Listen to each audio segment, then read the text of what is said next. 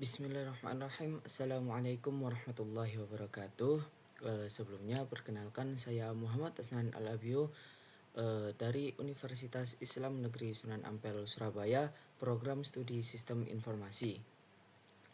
Pada kesempatan kali ini saya akan sedikit membahas terkait tentang keamanan informasi. Jadi, di era digital saat ini, suatu keamanan informasi itu adalah hal yang sudah tidak bisa kita lupakan maupun kita hindari, dikarenakan data pribadi kita sudah menjadi hal yang umum untuk kita pelihara sendiri, dikarenakan semakin banyaknya kejahatan-kejahatan yang ada di dunia luar. Langsung saja, eh, pentingkah keamanan informasi? Jadi dari keamanan informasi sendiri itu adalah suatu praktik yang melindungi informasi dari suatu ancaman untuk memastikan kerahasiaan, integritas, dan ketersediaannya. Nah, jadi suatu keamanan informasi itu adalah hal yang bisa melindungi informasi pribadi kita, baik itu mungkin dari NIK, nomor KTP, nomor KK, maupun data-data pribadi yang lainnya yang sudah kita berikan kepada suatu lembaga maupun perusahaan untuk kita percayakan kepadanya eh, dapat memegang data-data kita, yang dimana untuk memastikan kerahasiaan data kita tetap terjaga dan juga integritas beserta ketersediaannya. Lalu terdapat beberapa aspek di dalam keamanan informasi. Yang pertama yakni CIA Triad atau Confidentiality, Integrity, and Availability. Sudah kita bahas sebelumnya, di mana confidentiality yakni suatu kerahasiaan di mana kita memberikan data ini kepada lembaga yang sudah kita percayai untuk data ini bisa tetap dijaga kerahasiaannya. Lalu yang kedua yakni integrity atau integritas. Suatu data kita yang ada pada perusahaan yang sudah kita berikan untuk ke sana dan kita sudah mempercayainya, maka kesatuan dari data kita ini tetap dijaga, yakni dalam konsep aspek integrity atau integritas. Dan yang ketiga yakni availability, ketersediaan, di mana hanya beberapa orang tertentu atau hanya kita sendiri yang dapat mengakses suatu data untuk kita bisa melihat apa yang ada di dalamnya. Seperti contoh dalam suatu Gmail, kita bisa mengakses apa yang ada dalam Gmail itu ketika kita sudah dapat mengetahui apa isi dari alamat email dan juga passwordnya. Lalu yang kedua terdapat aspek organisasi, di mana terdapat kebijakan keamanan, kesadaran pengguna, dan penanganan resiko. Dalam konsep aspek organisasi ini, kebijakan keamanan, di mana organisasi tersebut sudah menyiapkan beberapa syarat dan ketentuan yang bisa dipahami dan disetujui oleh para pengguna, yakni dalam kebijakan keamanan, dikarenakan dalam organisasi itu bertanggung jawab penuh dalam menjaga dan tetap menjaga dan melindungi data dari para user maupun customernya yang sudah mempercayai data kepadanya. Yang kedua yakni terdapat kesadaran pengguna dari dia sendiri. Ketika organisasi sudah membuat kebijakan keamanan, maka dia juga harus dalam kesadaran pengguna, di mana pengguna juga bisa menjaga data tidak hanya dari organisasi itu sendiri, tetapi juga bisa menyiapkan backup maupun yang lainnya. Dan yang ketiga, organisasi harus dapat penanganan risiko, di mana terdapat ancaman-ancaman yang mungkin bisa menyerang organisasi tersebut, maka dari pihak organisasi sendiri harusnya sudah menyiapkan plan B atau rencana yang lain ketika ada ancaman yang masuk di dalamnya. Yang ketiga yakni aspek teknis, terdapat enkripsi, kontrol akses, dan patch. Dari enkripsi sendiri ini adalah suatu penjagaan data ketika sedang data tersebut masih dalam keadaan transit, belum dalam keadaan di dalam rest atau sudah dalam tempat peristirahatan data. Jadi dalam ketika data masuk dalam tempat peristirahatan data, di dalamnya itu ada proses transit yang dimana itu bisa menjadi titik kelemahan maupun titik potong dari para pelaku penjahat. Maka dari itu, dalam aspek teknis terdapat enkripsi untuk bisa mengawasi data tetap terjaga dan aman sampai di tempat peristirahatan. Lalu juga ada kontrol akses dan patch. Dari kontrol akses sendiri bisa sudah dipelajari sebelumnya, di mana data yang ada pada pengguna itu hanya bisa diakses oleh orang-orang tertentu saja, bahkan tidak semua orang maupun hanya orang yang bisa dan mengetahui apa yang dapat di dalam data tersebut. Kita masuk ke dalam ancaman yang ada. Dalam era digital saat ini tidak menutup kemungkinan bahwa kejahatan-kejahatan dalam teknologi informasi terkait data maupun terkait suatu kebocoran informasi baik dari individu maupun organisasi hingga ke lembaga perusahaan yang sudah besar. Dari ancaman yang ada, ini terdapat beberapa sumber untuk dari ancaman tersebut, termasuk manusia, teknologi, dan juga lingkungan. Kita lanjut. Terdapat 3 jenis ancaman yang bisa menjadi masalah serius bagi keamanan data maupun informasi itu sendiri. Yang pertama yakni dari ancaman dari luar, hacking, malware, maupun phishing. Hacking sendiri itu suatu kegiatan yang sudah direncanakan di mana seseorang itu bisa mencari kekosongan maupun suatu kebocoran dari keamanan informasi itu sendiri. Lalu yang kedua terdapat malware, di mana ini para penyerang itu memberikan virus maupun sejenisnya yang dapat mencari dan mengambil data yang sudah kita pertahankan. Namun dari sikap malware ini sendiri, ini tidak bisa diprediksi kapan datangnya. Maka dari itu kita harus tetap waspada dalam ancaman dari luar ini. Begitu juga dengan phishing, di mana biasanya terdapat dari link yang bisa disebarkan dan kita tidak sadar dengan kita memencetnya dan kita mengisikan data-data yang ternyata data tersebut adalah digunakan untuk suatu kejahatan.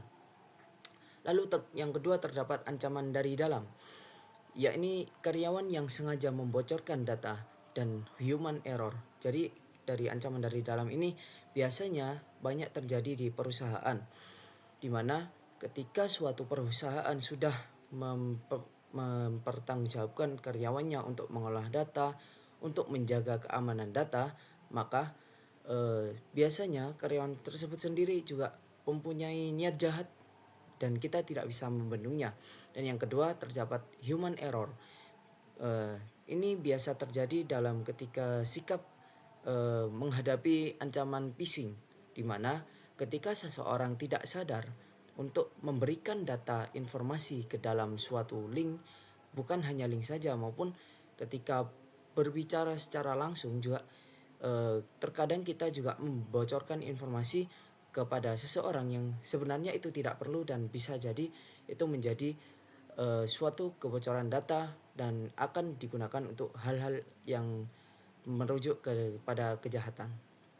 Lalu terdapat ancaman tak terduga, di mana kerusakan fisik barang elektronik maupun bencana alam.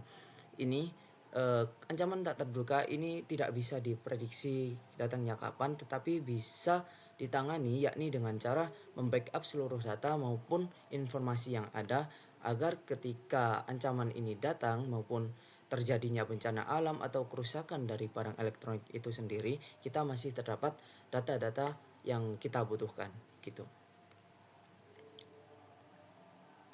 Lalu dalam data sendiri itu terdapat beberapa regulasi. Di sini saya menyebutkan hanya 2, yakni Undang-Undang Perlindungan Data Pribadi yang terdapat di dalam Indonesia sendiri. Di sana dalam regulasi Undang-Undang PDP itu mengatur pengumpulan, penyimpanan maupun pemrosesan dan penghapusan data pribadi seseorang. Dalam undang-undang ini sendiri juga dapat dijelaskan di mana suatu individu itu bisa mengumpulkan, menyimpankan, memproses maupun menghapus dari data pribadinya mereka sendiri. Yang kedua yakni memberikan hak kepada individu atas data mereka. Seluruh data dan informasi yang ada pada diri kita itu adalah hak kita, hak individu kita untuk apa yang bisa kita perbuat dengan data yang ada pada kita. Lalu, terdapat juga sanksi berat bagi organisasi yang gagal melindungi data pengguna.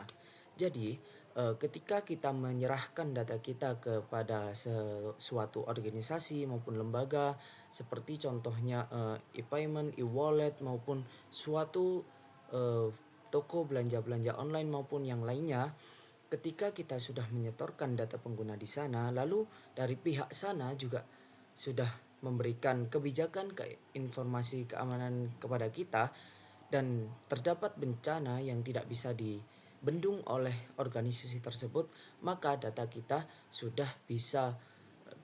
bisa menggugat kepada pihak yang berwajib dengan menggunakan Undang-Undang Perlindungan Data Pribadi seperti yang sudah dijelaskan ini. Yang kedua, terdapat regulasi GDPR, General Data Protection Regulation. Ini digunakan untuk Uni Eropa, yakni suatu standar perlindungan data pribadi yang berlaku di Uni Eropa, menetapkan hak pengguna seperti akses, penghapusan, dan pengalihan data.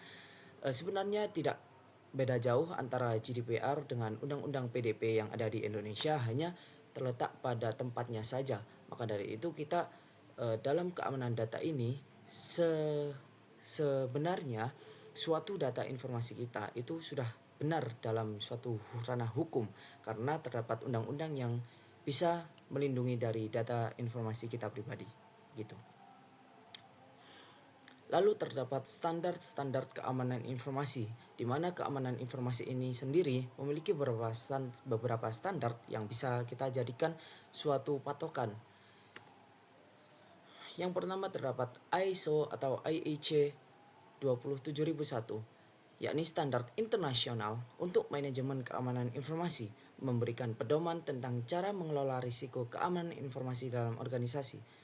Dalam ISO atau IEC 27001 ini suatu manajemen keamanan informasi dalam organisasi untuk mengelola risiko yang ada, di mana di dalamnya terdapat pedoman-pedoman yang bisa mengatur maupun memberikan kita wawasan bagaimana sih tentang mengelola risiko keamanan informasi maupun dalam sistem manajerial di lingkup organisasi gitu.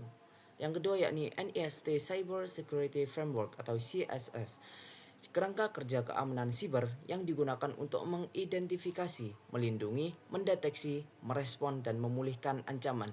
Dari framework ini, kita dapat mengetahui gimana mengidentifikasi, melindungi, mendeteksi, merespon, dan memulihkan ancaman. Lebih tepatnya, bisa mendeteksi untuk berfokus pada ancaman saja. Karena di mana CSF ini yakni kerangka kerja dalam keamanan siber untuk berfokus pada ancaman dan bagaimana cara menanggulanginya gitu. Yang ketiga yakni terdapat PCI DSS, yakni Payment Card Industry Data Security Standard. Standar keamanan untuk melindungi data kartu pembayaran, contohnya melindungi data nasabah dalam transaksi e-commerce.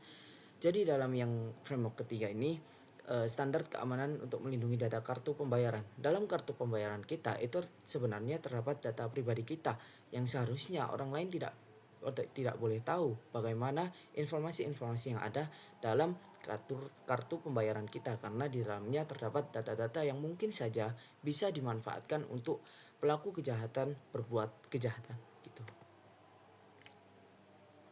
Kesimpulan untuk hari ini yakni keamanan informasi adalah kebutuhan utama di era digital untuk melindungi data dari ancaman internal maupun eksternal. Ancaman semakin kompleks sehingga organisasi perlu mengimplementasikan teknologi, kebijakan, dan edukasi yang kuat. Kepatuhan terhadap regulasi dan standar meningkatkan kepercayaan pelanggan, mengurangi resiko, dan menjamin kelangsungan bisnis. Jadi dalam era digital saat ini, keamanan informasi itu sudah menjadi hal yang sangat kita butuhkan, dikarenakan suatu data dan informasi yang sudah kita berikan pada lembaga maupun organisasi yang kita bisa percaya itu menjadi suatu keamanan juga bagi kita sendiri. Tidak semena-mena kita mempercayakan ini kepada ini, dan tidak menutup kemungkinan juga informasi kita itu akan bocor ke pihak luar yang seharusnya tidak tahu, maupun kita tidak sadar akan hal itu. Maka dari itu diciptakannya suatu regulasi dan standar untuk meningkatkan bagaimana kepercayaan kita kepada suatu lembaga maupun organisasi tersebut.